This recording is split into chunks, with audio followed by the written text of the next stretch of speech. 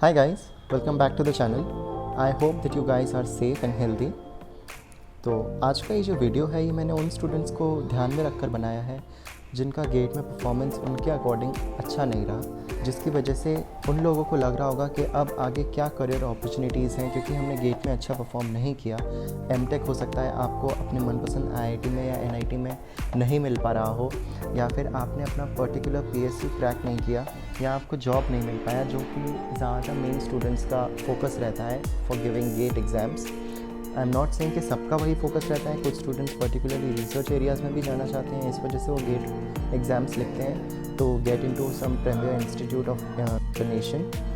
But what if अगर आपका gate score आपको वो अलाउ ही नहीं कर रहा है तो क्या आपके लिए करियर अपॉर्चुनिटीज़ ख़त्म हो गई हैं? बिल्कुल नहीं दोस्तों, ये मैं अपने पर्सनल एक्सपीरियंसेस से कह रहा हूँ क्योंकि मुझे मेरे टाइम पे ये बातें और इन डिफरेंट स्ट्रीम्स के बारे में इतना नहीं पता था, जिसकी वजह से मैंने अपने आप को थोड़ा ट्रबल किया।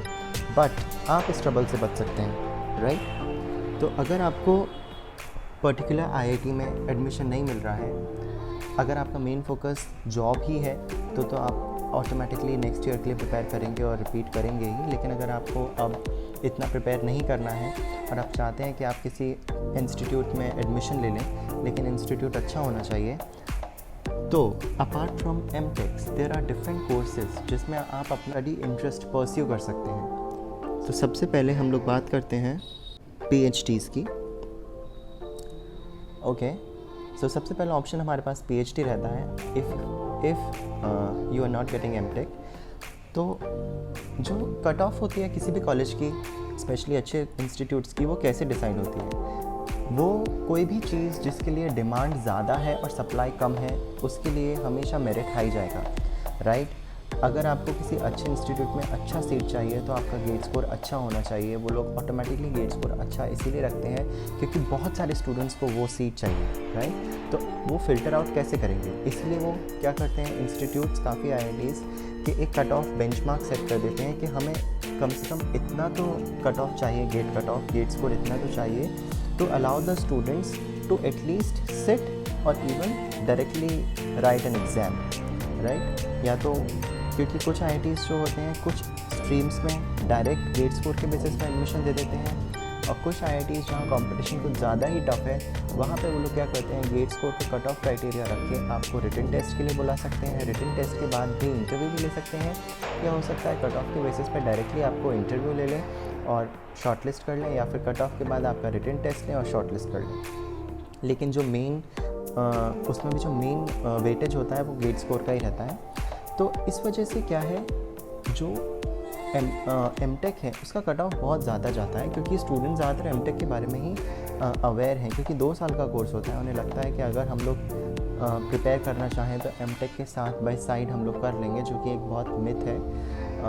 Not everybody is capable of doing that, क्योंकि एमटेक में काफ़ी प्रेशर होता है, specially if you are in an IIT और ओल्ड आईआईटी है तो वहाँ पे बहुत कम चांसेस हैं कि आपको इतना फ्री टाइम मिले कि आप गेट के लिए प्रिपेयर कर पाएँ या डिफरेंट कंपेटिटिव एग्ज़ाम्स के लिए प्रिपेयर कर पाएँ। तो ये माइंडसेट के साथ ज़्यादातर जो स्टूडेंट्स होते हैं वो क्या करते हैं, एमटेक कॉलेजेस में एमटेक स्ट्रीम के लिए अप्लाई कर देते हैं in these colleges with a decent GATE score.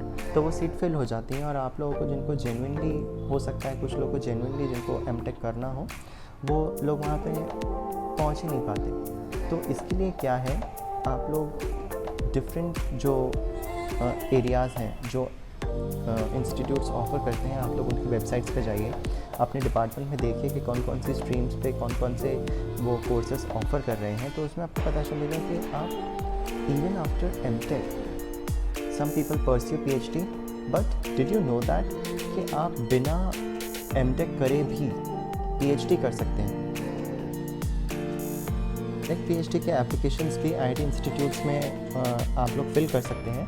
तो उसमें क्या होगा, आपने अगर बीटेक नहीं भी किया है लेकिन आपका एक पर्टिकुलर गेट स्कोर है और आप एक पर्टिकुलर डिपार्टमेंट में अप्लाई करते हैं तो आपके लिए कट ऑफ सेट किया जाएगा, जो कि एमटेक से जनरली लेस ही होता है क्योंकि उसमें इतना कंपटीशन नहीं है। एमटेक में क्या है, कंपटीशन ज़्यादा है तो उसका कट ऑफ वो लोग हाई रखते हैं।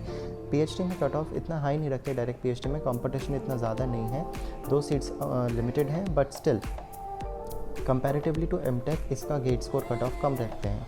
तो इसमें क्या होता है, कुछ इंस्टीट्यूट्स आपको डायरेक्ट इंटरव्यू के लिए कॉल करेंगे, क्योंकि पीएचडी में डायरेक्ट एडमिशन आई थिंक मिलना थोड़ा मुश्किल है। तो पीएचडी में, इसमें डायरेक्ट पीएचडी में भी आपका स्टाइपेंड जितना आपने सुन रखा है इंस्टीट्यूट्स के अकॉर्डिंग 31,000 ही रहता है first 2 years, and next 3 years it became 35,000 per month MHRD की तरफ से, जो कि गाइडलाइंस हैं उसके अकॉर्डिंगली। तो एक डिसेंट अमाउंट आपको मिल जाता है और आपका 5 साल में पीएचडी कंप्लीट हो जाएगा। आपको एमटेक ही करना पड़ेगा, उसके बाद ही आप पीएचडी कर सकते हैं, ऐसा ज़रूरी नहीं है। अगर आपका रिसर्च इंटरेस्ट है then you can directly opt for PhD after BTech. Number 2 is an option for MS by research programs और MS फॉर रिसर्च प्रोग्राम्स। तो ये भी इंस्टीट्यूट ऑफर करते हैं, IIT इंस्टीट्यूट्स। इसमें क्या होता है, जैसे एमटेक में आप टीचिंग असिस्टेंट बनते हैं, इसमें आप रिसर्च असिस्टेंट बनता है। ये जो MS में भी जो स्टाइपेंड है वो आपका 12,400 एमटेक के बराबर ही रहता है, और आपको इसमें comparatively lower GATE cut off पे एक अच्छा IIT इंस्टीट्यूट मिल सकता है जो कि एमटेक से कम होगा, राइट। तो it is also a very good option for you, क्योंकि आप एक प्रीमियर इंस्टीट्यूट में आपको वहाँ जाने का मौका मिलेगा। और अगर एक बार आप किसी प्रीमियर इंस्टीट्यूट में पहुंच जाते हैं तो वहाँ पे आप बहुत कुछ एक्सप्लोर कर सकते हैं अपने लिए, आगे करियर अपॉर्चुनिटीज़ के लिए भी, राइट। थर्ड ऑप्शन की बात करते हैं, MTech PhD dual degree. MTech PhD dual degree जैसे नेम से सजेस्ट हो रहा है कि ये एक इंटीग्रेटेड कोर्स है। इसका कट ऑफ और भी कम जाता है कंपैरेटिवली टू पीएचडी, क्योंकि ये भी इतना पॉपुलर नहीं है कोर्स, राइट। लेकिन इसमें भी काफ़ी स्कोप रहता है। इसमें क्या होता है कि ये 3 से 7 ईयर्स तक का एक कोर्स ड्यूरेशन रहता है। एमटेक पीएचडी डुअल डिग्री में क्या होता है, आपको पीएचडी प्लस एमटेक दोनों का डिग्री मिलता है जब आपका कोर्स ड्यूरेशन पूरा हो जाता है।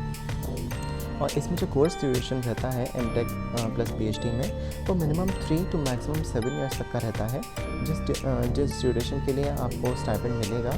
और स्टाइपेंड का क्राइटेरिया इसमें डिफरेंट इंस्टीट्यूट्स में आपको चेक करना पड़ेगा कि एमटेक पीएचडी की डुअल डिग्री के लिए क्या स्टाइपेंड क्राइटेरिया है। अगर ब्रोशर में अवेलेबल नहीं हो उस इंस्टीट्यूट की, तो आप वहाँ पे हेल्प डेस्क पे ईमेल लिख के या कांटेक्ट करके भी उनसे पूछ सकते हैं कि आपके इंस्टीट्यूट में इस कैटेगरी के लिए स्टाइपेंड कितना है। As far as I know, मुझे पता है कि कुछ institutes, for example IIT Jodhpur, वो ऑफ़र कर रहे हैं अपने MTech PhD dual degree students को 31,000 from the very first year, right.